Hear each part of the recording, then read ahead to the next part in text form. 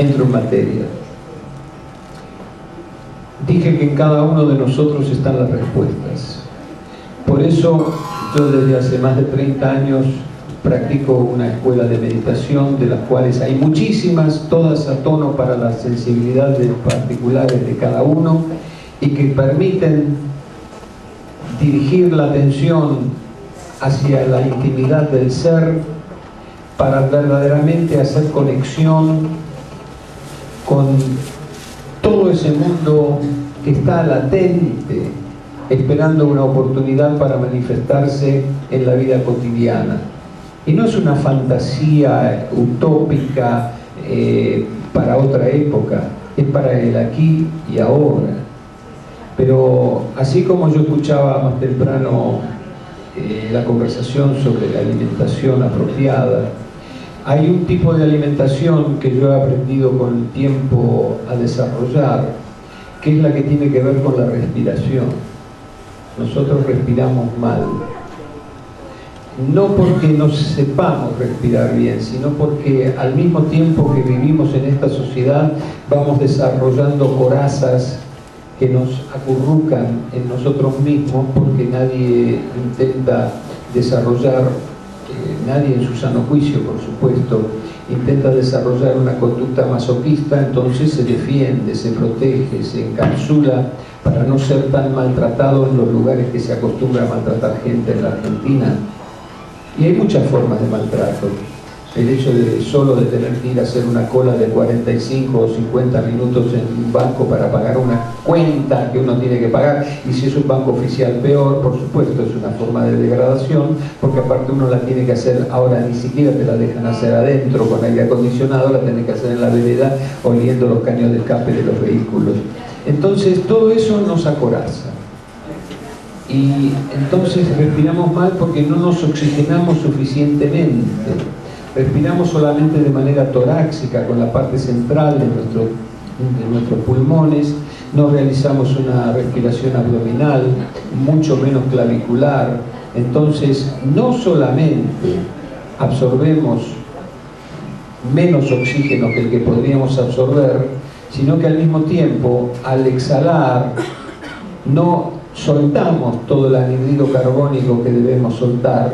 Entonces queda un resabio en los pulmones, entra una nueva dosis de aire que trae oxígeno, por supuesto, pero una cantidad de procesos naturales que rigen todo el resto del organismo, desde las glándulas hasta los procesos inmunológicos, se van resintiendo y van fomentando una vulnerabilidad que es la que después nos llevan a las manos de la obra social y de los fármacos.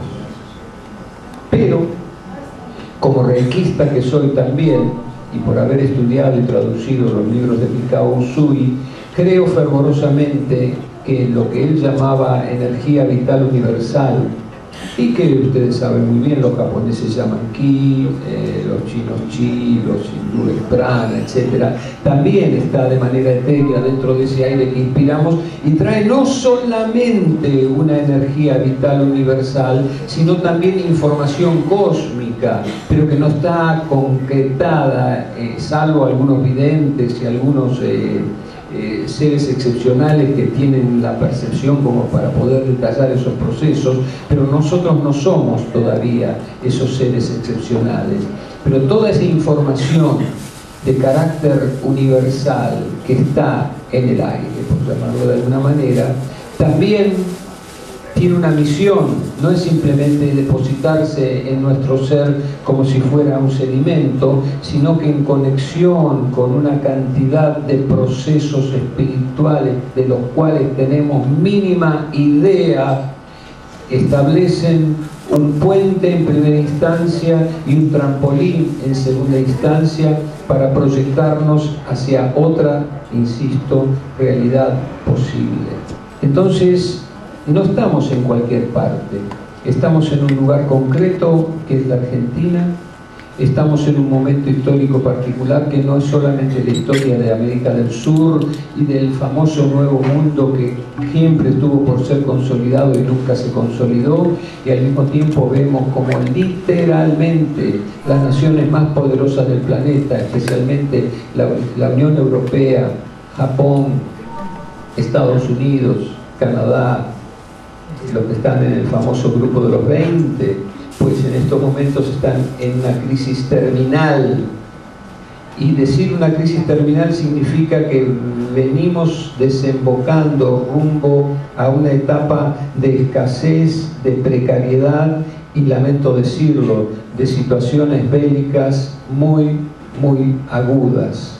Porque el mundo se sigue armando hasta los dientes y esos armamentos no son fabricados para que estén a nivel decorativo, sino que se van a utilizar redondeando la imagen y para dar la posibilidad de dialogar. Hay algunos seres que a través de la historia han establecido una diferencia, aisladamente. En general han sido los santos, los místicos, los sabios y algunos poetas proféticos.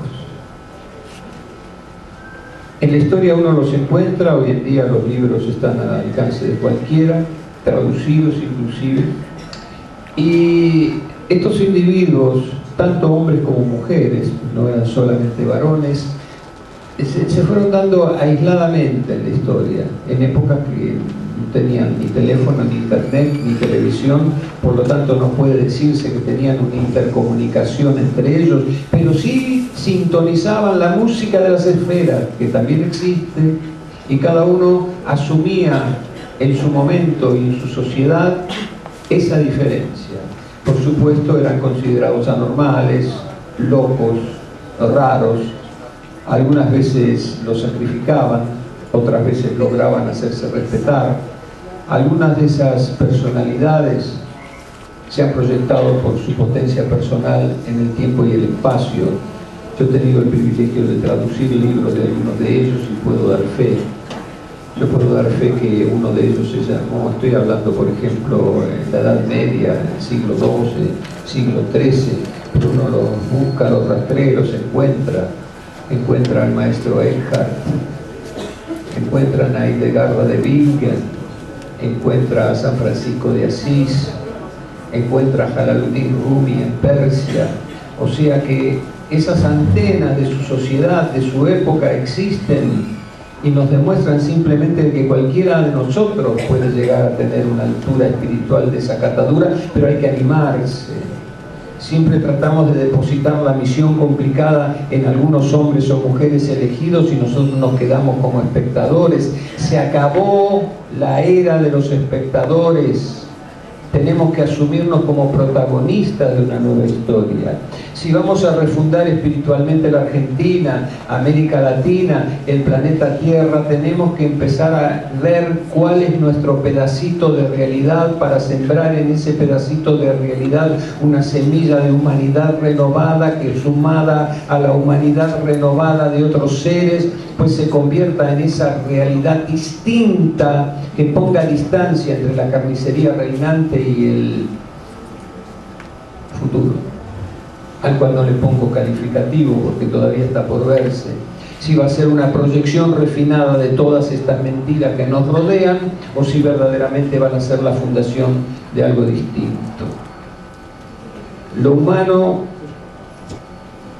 es un estado espiritual, no es una función animal de un ente mamífero como hay otros en la naturaleza, sino que verdaderamente parecería ser un experimento singular.